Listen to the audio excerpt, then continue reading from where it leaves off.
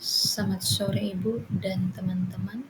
Perkenalkan saya Suster Ilen Saroma HSCMM dengan NIM 1020240006. Pada kesempatan kali ini saya membagikan kepada kita tentang video animasi pembelajaran, uji statistik, uji person, product moment, uji Spearman rank untuk mata kuliah biostatistik dengan dosen pengampu Ibu Kumarida Simbolon SKMMKes.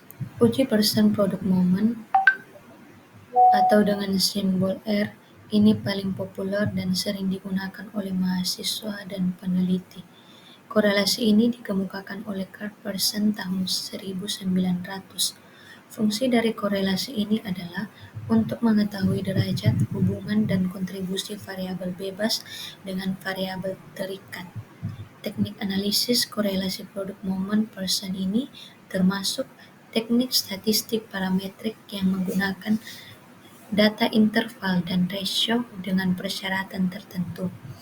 Sebagai contoh adalah ketika data dipilih secara acak atau random, kemudian datanya berdistribusi normal, data yang dihubungkan berpola linear, dan data yang dihubungkan mempunyai pasangan yang sama sesuai dengan subjek yang sama dengan semua syarat itu terpenuhi, maka korelasi ini bisa digunakan. Namun jika salah satu tidak terpenuhi, maka analisis ini tidak bisa dilakukan. Inilah untuk rumusnya di mana RSC yaitu koefisien korelasi person, SI variabel independen, YI variabel dependen, N banyaknya sampel. Uji Spearman rank digunakan untuk menguji hipotesis korelasi dengan skala pengukuran variabel minimal ordinal. Dalam uji rank Spearman, skala data untuk kedua variabel yang akan dikorelasikan dapat berasal dari skala yang berbeda. Skala data ordinal dikorelasikan dengan skala data numerik atau sama skala data ordinal dikorelasikan dengan skala data ordinal. Data yang akan dikorelasikan tidak harus membentuk distribusi normal.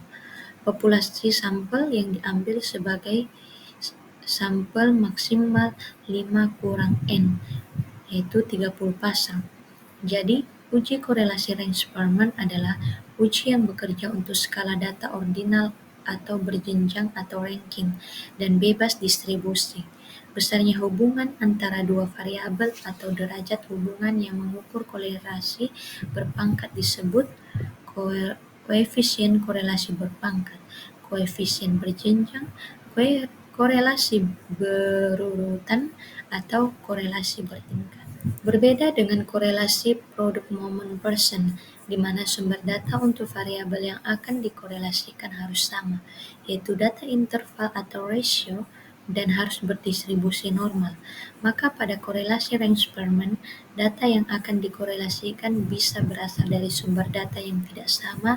Jenis data yang akan dikorelasikan berasal dari data ordinal, dan variabel tidak harus berdistribusi normal. Korelasi rank Spearman digunakan untuk mencari tingkat hubungan atau menguji signifikansi hipotesis asosiatif bila masing-masing variabel yang dihubungkan datanya berbentuk ordinal dan sumber data antar variabel tidak harus sama. Dalam hal ini, korelasi rank Spearman disimbolkan dengan RS atau terkadang juga ditulis dengan R. Rumusnya dengan keterangan RRHO adalah koefisien rank Spearman, N itu jumlah data, D itu beda peringkat yang berpasangan. Kriteria tingkat kekuatan korelasi. Yang pertama, nilai koefisien korelasi sebesar 0,00 sampai 0,25 hubungan sangat lemah. Kedua, nilai koefisien korelasi sebesar 0,26 sampai 0,50 hubungan cukup. Ketiga, nilai koefisien korelasi sebesar 0,51 sampai 0,75 hubungan kuat. Keempat, nilai koefisien korelasi sebesar 0,76 sampai 0,99 hubungan sangat kuat.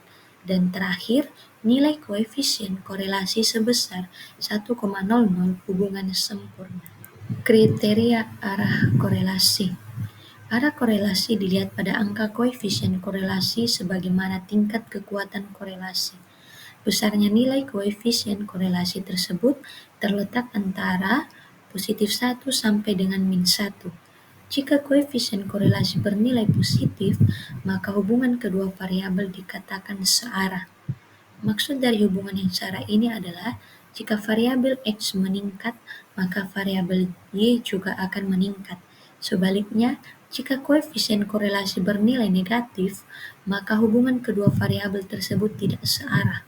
Tidak searah artinya jika variabel X meningkat, maka variabel Y akan. Untuk contoh kasusnya, yang pertama, seorang analisis data kesehatan ingin mengkorelasikan antara tingkat kepuasan pasien diukur dengan skor ordinal, sangat puas, puas, netral, tidak puas, sangat tidak puas, dengan lama waktu tunggu pasien dalam menit. Uji korelasi yang tepat di SPSS adalah A. Uji person product moment, B. Uji the test independen, C. Uji Sperman-Rand, D. Uji per the test, E. Uji Kruskal-Wallis. Jawaban yang benar adalah C. Uji Sperman-Rand. Pembahasannya, variabel tingkat kepuasan adalah data ordinal. Untuk hubungan antara ordinal dan ordinal atau interval, uji korelasi yang tepat adalah Spearman-Rand. Contoh kasus yang kedua, dalam sebuah penelitian di rumah sakit, peneliti ingin mengetahui hubungan antara jumlah kunjungan pasien dan pendapatan rumah sakit. Data berbentuk skala rasio dan dinyatakan berdistribusi normal. Uji korelasi apa yang paling tepat digunakan di SPSS? A. Uji Sperman-Rand, B. Uji person product moment, C. Uji chi-squared, D. Uji ANOVA, E. Uji Mann-Whitney. Jawaban yang benar adalah B. Uji person product moment. Pembahasannya, karena kedua variabel berbentuk rasio dan data berdistribusi normal, maka korelasi yang tepat adalah person product moment. Contoh kasus yang ketiga, saat menginterpretasi output SPSS untuk uji person, mana yang harus diperhatikan untuk menentukan signifikansi hubungan? A. Nilai min, B. Nilai R korelasi saja, C. Nilai p-value signifikansi 2 delta, D. Nilai standar deviasi, E. Nilai jumlah kasus atau N. Jawaban yang benar adalah C. Nilai p-value signifikansi 2 delta. Pembahasannya, untuk menentukan apakah hubungan signifikan atau tidak, harus dilihat p-value pada kolom signifikansi detail dalam output SPSS. Jika P lebih kecil dari 0,05, maka hubungan signifikan. Baik, Ibu dan teman-teman, demikianlah materi yang bisa saya bagikan kepada kita pada sore hari ini. Saya ucapkan terima kasih.